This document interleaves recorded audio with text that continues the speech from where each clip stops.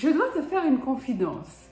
En réalité, j'ai toujours su épargner. Pourquoi? Parce que mon père me l'a enseigné.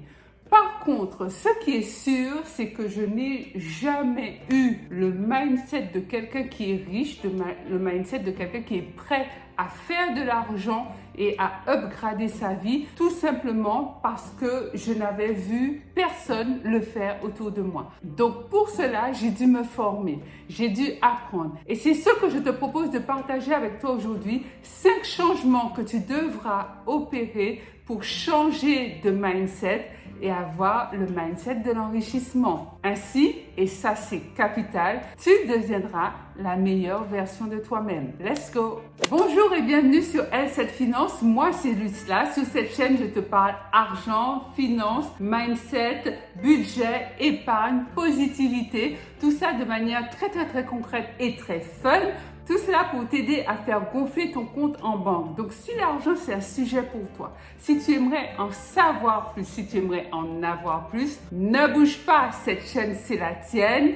Et parlons finances. Avant d'entrer dans le vif du sujet, je te serais infiniment reconnaissante si tu prenais quelques minutes de ton temps pour regarder la vidéo que YouTube te proposera juste à la fin de celle-ci. Premier changement à mettre en place, c'est épargner plutôt que thésauriser.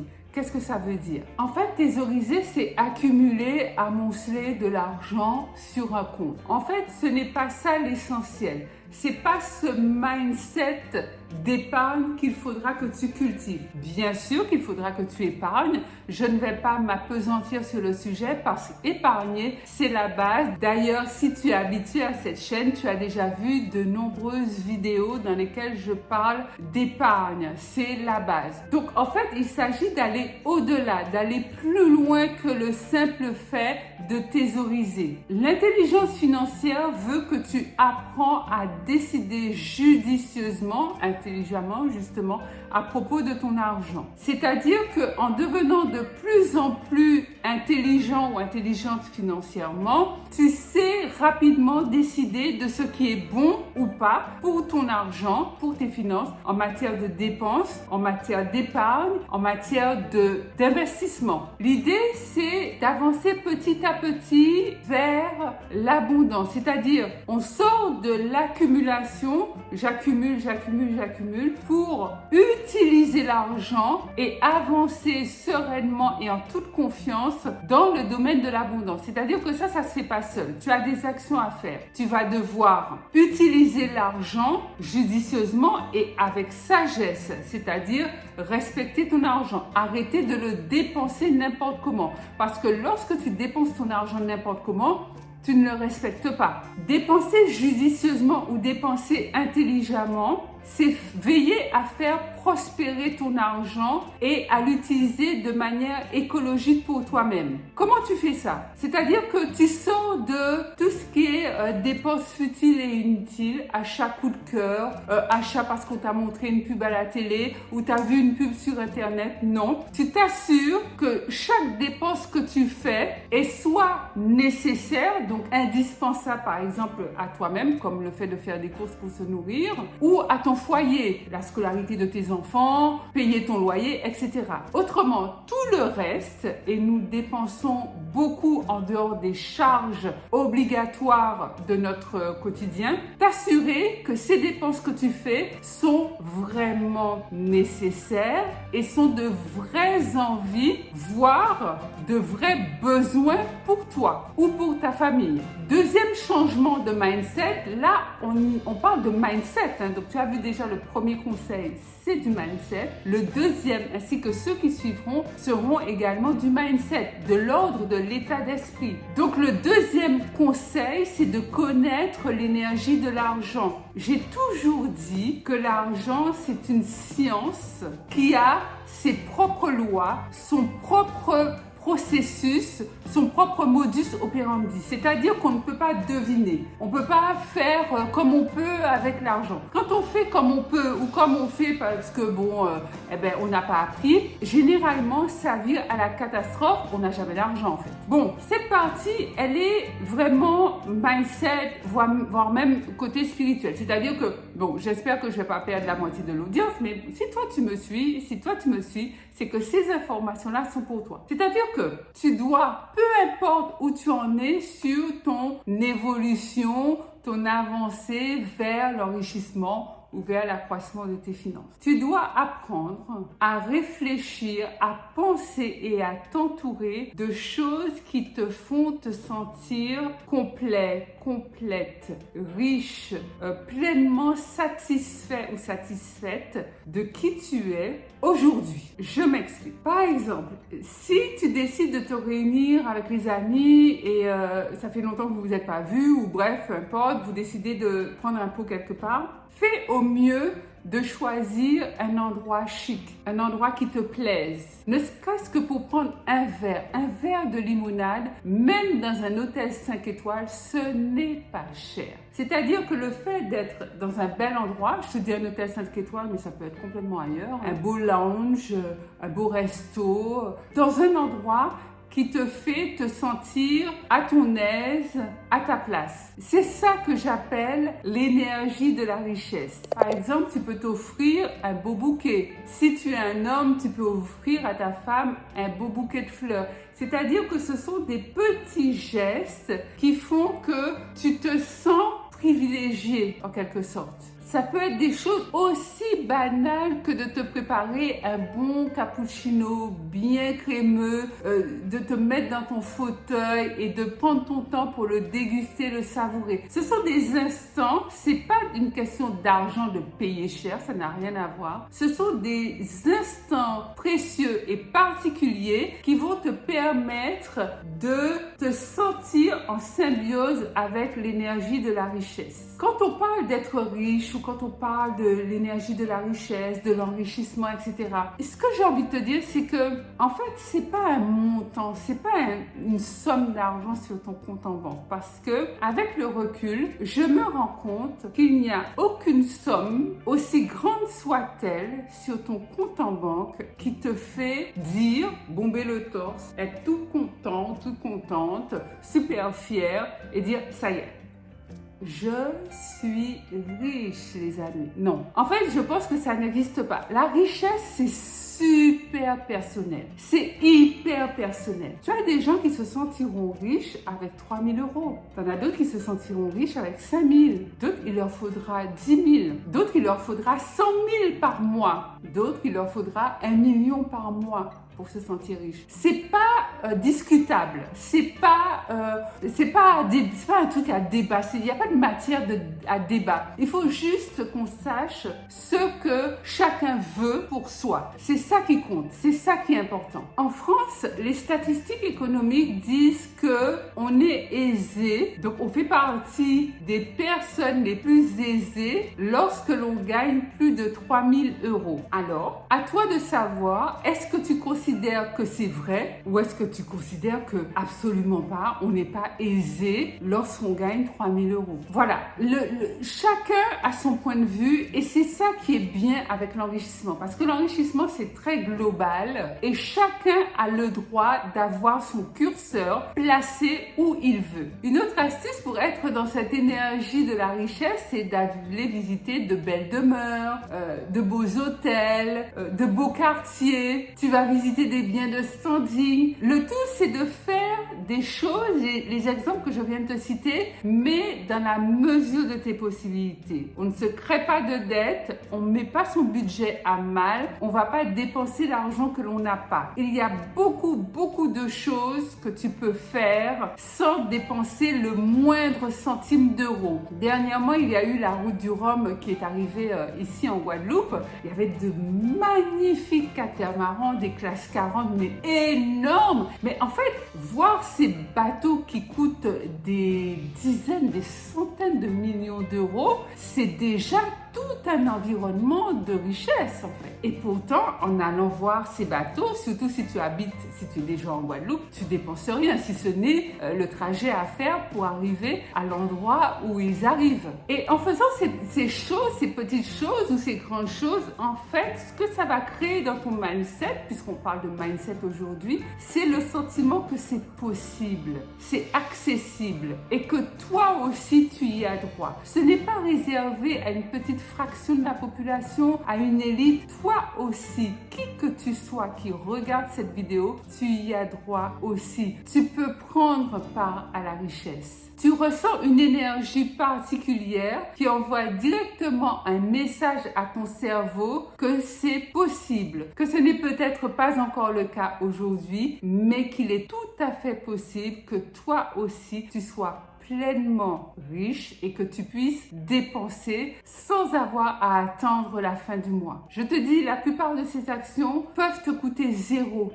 euros. Te balader dans un beau quartier, aller chez un concessionnaire de voitures de luxe, regarder, admirer les voitures, peut-être même ouvrir les portières, t'asseoir dedans. C'est tout un monde de richesse dans lequel tu mets un pied. Et pour le faire, tu n'as pas besoin de sortir au volant d'une Lamborghini ou d'une Porsche. Troisième changement que tu dois absolument opérer pour avoir un mindset de riche, c'est qu'il faut définitivement apprendre à penser long terme. Contrairement à cette génération qui veut tout de suite, immédiatement, vite, rapidement, toi, tu dois apprendre à penser long terme. Et si tu fais ça, tu seras carrément à contre-courant de tout ce que nous apprend, de tout ce que nous montre, de tout ce que nous encourage à faire la société d'aujourd'hui. En plus que d'apprendre à penser long terme, fais en sorte que tes décisions ne soient pas strictement basées que sur l'argent. Je m'explique. La plupart du temps, et sûrement que tu te reconnaîtras, lorsque tu regardes certaines choses, une carte de plat au restaurant, quand tu fais tes courses au supermarché, qu'est-ce que tu regardes en premier? C'est pas l'article qui t'intéresse, c'est pas ça que tu regardes en premier. C'est l'étiquette, combien ça vaut. En fait, on regarde d'abord le prix. Les gens sont omnubilés par l'argent et pourtant ils veulent pas parler d'argent. Cherche l'erreur. Bref, je ferme la parenthèse. Par exemple, quand tu prends un avion ou un train, tu prends le billet le moins cher le jour où tu veux partir. Peut-être un train tardif. Pourquoi? Parce que c'est moins cher. Ou tu te tapes une ou deux correspondances. Pourquoi? Parce que c'est moins cher. Et souvent, ces choix que tu fais parce qu'ils sont basés uniquement sur l'argent vont te générer quelque chose de désagréable, comme de l'inconfort, comme de la perte de temps, comme de la frustration. Alors moi, je vais te donner quelques indicateurs à prendre en compte avant l'argent. Bien que l'argent compte, on va pas se mentir, mais à prendre en compte avant l'argent. Premier indicateur, c'est qu'il faut te baser plus sur le temps que sur l'argent. Time is money anyway. Donc tu n'es pas perdant lorsque tu te focalises ton attention plus sur le temps que sur l'argent. En matière de temps, il y a deux approches. Première approche, c'est de te demander combien de temps il te faudra travailler pour acquérir cet objet. Ça va relativiser le prix. Par exemple, tu veux un iPhone 14, ça dépend du modèle, mais 1300, 1500 euros. Donc la question que tu vas te poser, c'est combien de temps devrais-je travailler pour avoir cet iPhone? Si tu gagnes 15 euros de l'heure, par exemple, et que l'iPhone que tu vises vaut 1300 euros, il te faudra travailler 87 heures environ pour avoir l'iPhone. Donc là, tu te dis, ok.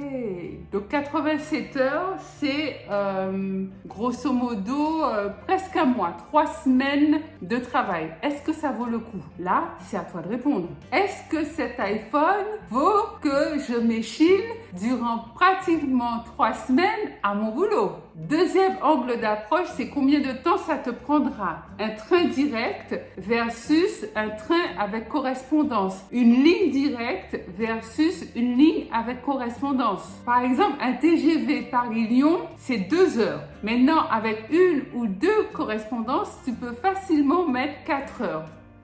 Est-ce que ça te dérange? Le temps est un facteur déterminant parce que si tu suis cette chaîne, tu as compris que tu disposes de temps pour faire travailler l'argent à ton bénéfice. Si tu veux augmenter tes revenus, tu peux. Mais pour ça, il te faudra du temps. Il y a une particularité très importante, capitale avec le temps, à ne jamais oublier, c'est que 1, il ne se rattrape pas.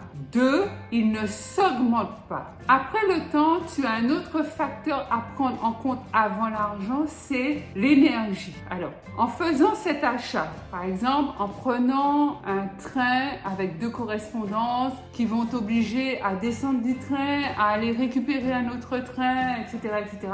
Est-ce que ça va te faire gagner en énergie ou est-ce que ça va te faire perdre en énergie? Il y a encore un autre indicateur, c'est le désir. Est-ce que ce que tu veux acheter ou ce que tu t'apprêtes à acheter, c'est un désir ou un besoin? Et si toutefois c'est un désir, bon, c'est correct, hein, mais à quel point c'est un vrai désir et non pas un désir hyper temporaire et pas si important que ça finalement. Ensuite, est-ce que cet achat aura un impact à long terme, à plus ou moins long terme ou pas du tout d'impact? Si tu achètes ton iPhone 14 à 1300 €, est-ce qu'il y aura un impact à long terme? Est-ce que ça peut mettre à mal le paiement de ton loyer? Est-ce que ça peut mettre à mal un autre engagement sur lequel tu t'étais positionné? Ensuite, il y a un autre facteur que moi, alors franchement, avec le temps, celui-là, moi je pense que c'est sûrement le numéro 2 pour moi, c'est le confort. Le confort est lié aussi avec l'énergie. Quand tu prends un train ou un avion qui a une ou deux correspondances, souvent tu arrives éreinté, tu as mal dormi ou pas dormi, tu n'as pas mangé comme tu voulais ou ce qu'on t'a servi t'as pas plu, finalement tu as le ventre vide. Comment tu arrives? Quel a été ton niveau de confort? Tu aurais pu faire un vol direct, mais c'était 2 fois plus cher. Je suis d'accord que parfois, on n'a pas le choix parce que tes finances ne sont juste pas au rendez-vous. Mais la plupart du temps, on a le choix. On veut juste pas dépenser cet excédent d'argent parce qu'on peut avoir la même chose, entre guillemets, parce qu'on a vu que c'était pas la même chose, moins cher. Quatrième changement pour avoir un mindset de riche, c'est la gratitude. Ah, c'est important les amis. C'est tellement puissant, tu peux pas savoir, tu peux pas comprendre. La gratitude va t'aider à aller vers le monde, le domaine de l'abondance. La gratitude va t'aider à réaliser ce que tu veux. La gratitude va t'aider à te réaliser. C'est la gratitude qui t'ouvre la porte de l'abondance et c'est la gratitude qui te maintient humble parce que rester humble, c'est capital. Les orgueilleux, on sait très bien ce qu'ils deviennent avec le temps. La gratitude te tient éloigné des achats doublons, triplons, inutiles, futiles que tu amasses et que tu accumules chez toi. La gratitude t'apprend à vivre dans le contentement et dans ce que j'appelle l'essentialisme.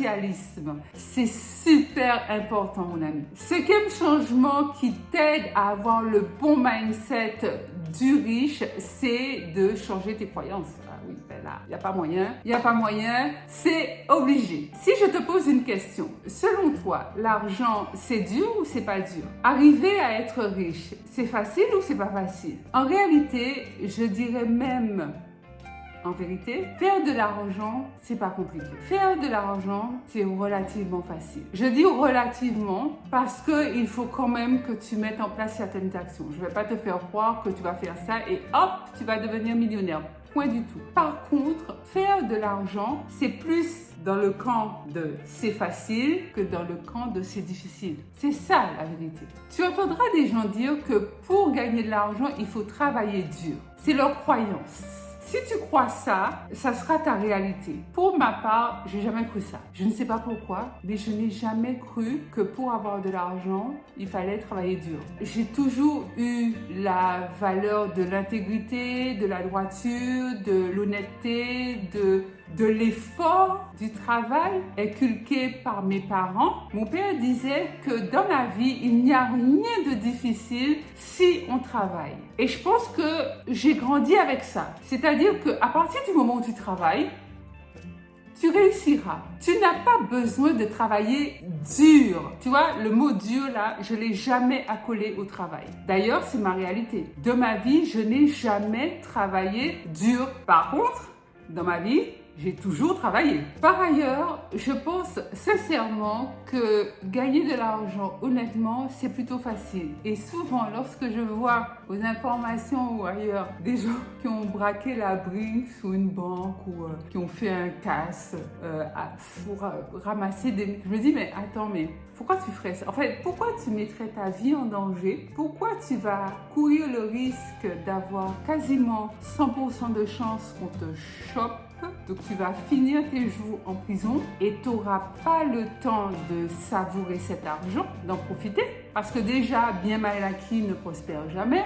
Et en plus, même si d'aventure, tu te fais pas attraper, tu pars quelque part et puis tu utilises cet argent, est-ce qu'on dépense de la même manière un argent gagné par l'effort, par l'application, par la persévérance et la discipline qu'un argent volé? L'histoire nous montre que l'argent volé a tendance à être dilapidé. Tandis que l'argent que tu sais que tu as mis du temps à avoir, on ne te l'a pas donné, tu l'as gagné au prix de tes efforts et de ta discipline. Tu ne vas pas le dilapider, bien au contraire. Tu vas chercher à le faire fructifier. D'ailleurs, je répète souvent, tu te lèves tôt le matin, tu vas travailler. En fin de mois, ton patron te verse un salaire. Pourquoi tu vas claquer cet argent n'importe comment? C'est vrai que c'est ton argent. C'est vrai que tu l'as honnêtement gagné. Tu peux le flamber comme tu veux. Mais quelque part, cet argent représente le prix de tes efforts.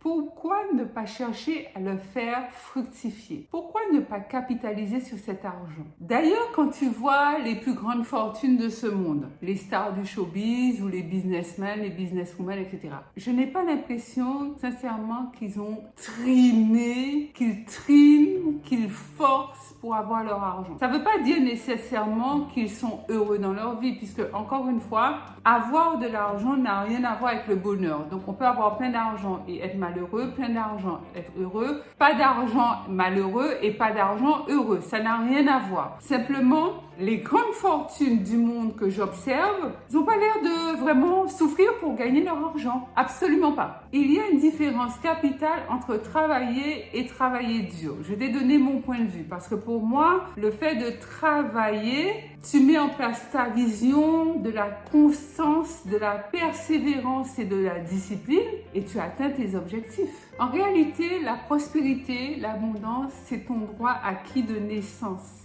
Tu y as droit. Tout le monde n'y prend pas part, ça c'est un autre débat, mais tout le monde y a droit. Et ce que j'ai remarqué, c'est que tous ceux qui accèdent au monde de l'abondance et de la prospérité, ce sont des gens spirituels, qui croient en Dieu, qui croient en eux, qui ont la foi que les choses se passeront bien, qui ont la conviction intime que la vie est une alliée, que la vie les aide. Et ce, même s'il y a des aléas dans la vie. Voilà mon ami, les 5 changements que je voulais te proposer d'opérer dans ta vie pour changer de mindset et avoir enfin le mindset de quelqu'un qui est riche. Comme ça, tu deviens la meilleure version de toi-même. Donc, c'est tout bénef.